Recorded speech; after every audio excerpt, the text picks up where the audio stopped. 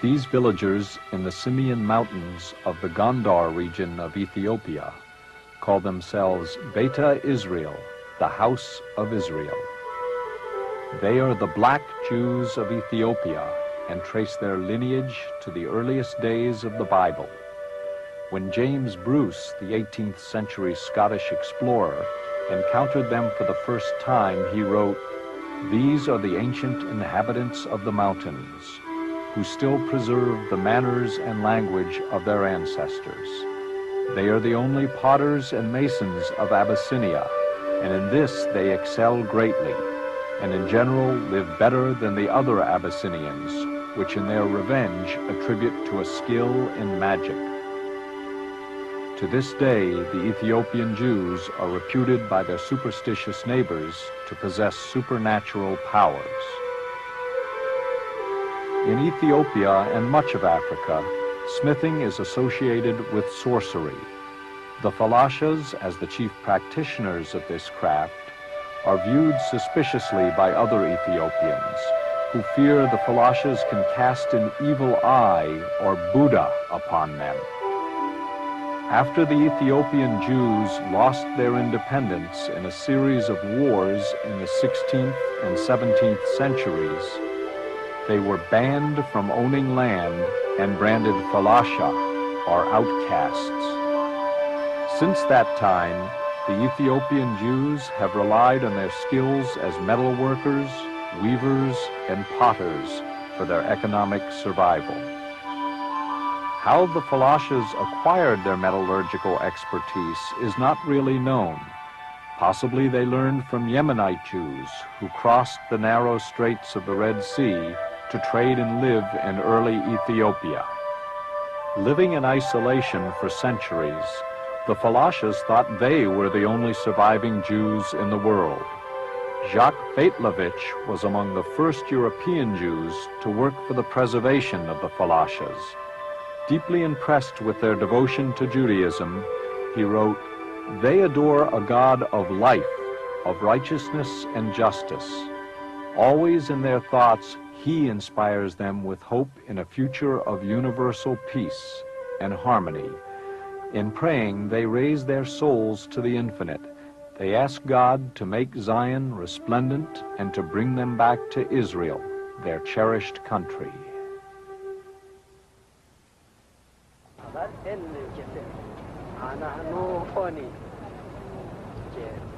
The Keses are the Ethiopian Jewish holy men. They take the responsibility for preserving and transmitting the law and traditions of the people from generation to generation.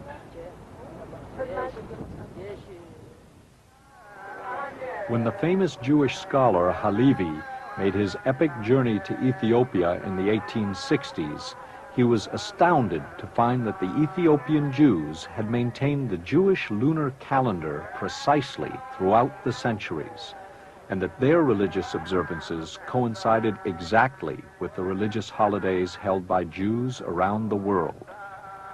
In fact, he discovered an ancient Jewish people strictly observing the tenets of the Torah, the bedrock of the Jewish faith. The people prayed in Ge'ez, an ancient Semitic language now almost extinct, and today only used in religious services. In this rare film clip, the Keses are leading the people in the observance of the Saga, a Jewish Ethiopian holiday that commemorates the works of Ezra, the scribe priest who read the law to the Jews after the end of the first exile. Ezra admonished the Jews to obey and understand the laws of Moses faithfully. Ethiopian Jews believe that angels accompany man into the hereafter. The angel of light records man's good deeds, the angel of darkness his bad ones.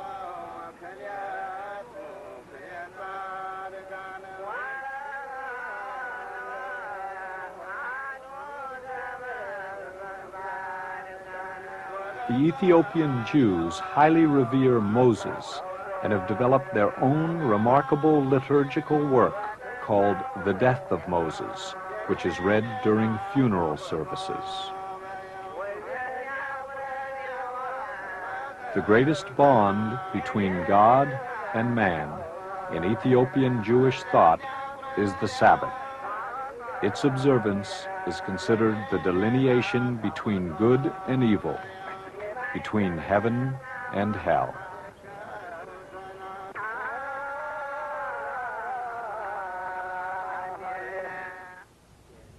The Kessis themselves hold various opinions on just how and when Jews first came to Ethiopia. Central to the psyche of all Ethiopians is the Solomon and Sheba cycle.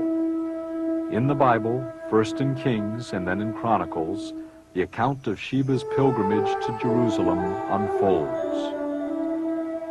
The Ethiopian version of the biblical story embellishes the narrative and asserts that Sheba, having heard of Solomon's great wisdom, is summoned to Jerusalem via the king's supernatural powers.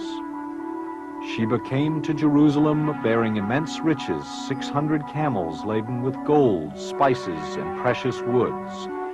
Sheba opened her mind to Solomon and tested him with difficult questions. Solomon answered all her inquiries, and smitten by Sheba's beauty, he seduced the virgin queen with the use of a silver chalice.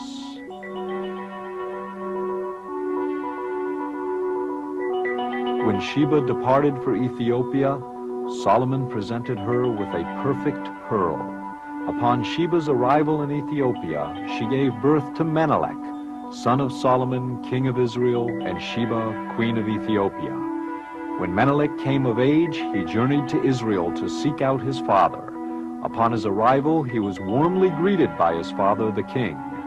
Ethiopian tradition states that Menelik was the favorite son of Solomon and was driven back to Ethiopia by his jealous half-brothers. When Menelik left for Ethiopia, Solomon presented him with a copy of the Ark of the Covenant. Menelik switched the original for a copy, and accompanied by an Israelite army and a contingent of priests, he established Judaism as the official religion of Ethiopia and modeled his rule upon Solomon's in Jerusalem. Another account of Ethiopian Jewry's genesis begins in the cataclysmic days of the prophet Jeremiah during the last years of Solomon's temple in Jerusalem. Jeremiah warned the people that they would be scattered like straws that passed in the desert if they did not renounce their ungodly ways. King Zedekiah ignored Jeremiah's warning to not resist the strength of Babylon. Jeremiah was placed in a pit and left to die at the king's order. Ironically, Jeremiah was saved by the king's Ethiopian retainer, Ebed-melech. King Zedekiah mounted his ill-advised revolt against Babylon, and Nebuchadnezzar himself led the Babylonian army that sacked Jerusalem and took the Jews into exile. The Bible tells us that all the nobles, blacksmiths, and metalworkers, 10,000 people in all, were led off from Jerusalem, and that only the poorest people were left behind. Further, the Babylonians despoiled the temple and killed the high priests, Sariah and Zephaniah. King Zedekiah was blinded and put in chains, and in that way Judah was deported from its land. And there, by the rivers of Babylon, the people wept when they remembered Zion. The Bible further speaks of the poor Jews that were left behind in Judah. Many of them fled to Egypt. It is thought that some of these Jews continued their journey far down the reaches of the Nile, where they came to the island of Elephantine, to a place called the City of Ivories. It is documented in the Elephantine papyri that the Jews developed a remarkable trading relationship with the land of Ethiopia. Using the Nile as a highway, war elephants, ivory, spices, and gold passed through Elephantine on the way north to Alexandria and the Mediterranean. The Elephantine Jews grew rich and powerful.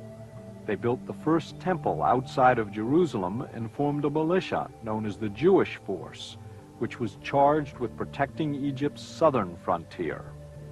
Elephantine was also the sacred island of the Egyptian deity Canub, whose sacred beast was the ox. But when the Jews persisted in sacrificing these animals during their rituals, in revenge, the Egyptian priests, in league with the Persian commander of the city, destroyed the Jewish temple in 411 BC.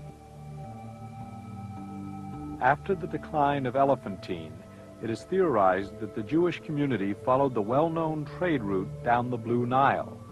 A Falasha spiritual leader said in the 1860s that, "We came after Jeremiah, we came by Sennar, and from there to Axum." In the 9th century, Eldad Hadani, the fabled Jewish traveler, reported a powerful Jewish nation existed in Africa. He said the kingdom had been founded by the tribe of Dan. The kingdom was reportedly surrounded by the mystical Sambachan River, which rolled sand and stone during the week, but was surrounded by fire during the Sabbath. More likely, it is thought that once in Ethiopia, the Elephantine Jews mingled with the Ethiopian Igao people, thus introducing Judaism into Ethiopia. The Ethiopians had been worshiping a multitude of pagan gods, and the introduction of Jewish monotheism made a tremendous impact on the country's religious life. The people became well acquainted with the Jewish Bible, which later became the model for the Ethiopian Royal Chronicles, the Glory of Kings. Thus, the Ethiopian Jews became a hybrid of the Elephantine Jews and the African Agao people. They retain the military aspect of the Elephantine Jews and are thought to have come into the service of Axum. The Ethiopian Orthodox Church succeeded in converting the Axumite royal family to Christianity in the 4th century. Prometheus, a shipwrecked Greek, is credited with winning over the emperor to the church. The Ethiopian Church is remarkable in its devotion to the Jewish laws of the Bible. The strict observance of the dietary laws, the practice of circumcision, and the keeping of the Sabbath are examples of the Jewish traditions it maintains. Ethiopian history generally acknowledges that Ethiopia was a Jewish country before its conversion to Christianity. For centuries, its royal dynasty traced its bloodline directly to King Solomon and his son Menelik, who had brought the true Ark of the Covenant to Ethiopia from Jerusalem.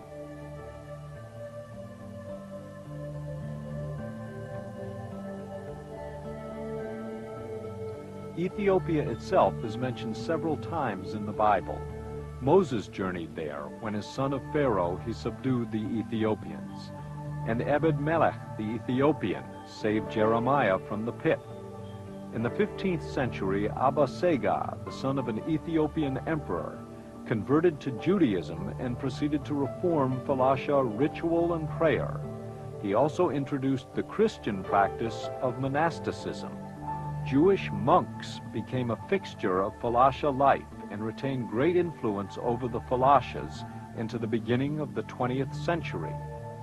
The most important of the Ethiopian emperors was Caleb, who in the 6th century AD conquered the Jewish king of Arabia, Abu Duwas. With this victory, the area now known as Yemen came under Ethiopian control.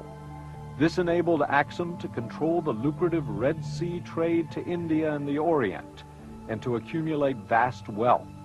Another spoil of victory were the Yemenite Jews, expert metal workers and arms makers, who were carried off to Ethiopia by the victorious Caleb. Some historians theorize that in these Yemenite Jewish prisoners are to be found the true origins of Ethiopian Jewry.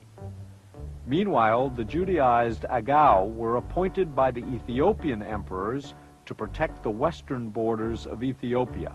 This region controlled the trade routes to Egypt and the gold-producing area of Gojam. Later, chafing under the Axumite kings and gaining strength from their strategic position, the Falashas rose up under the rule of a beautiful Jewish queen named Judith. Encouraged by the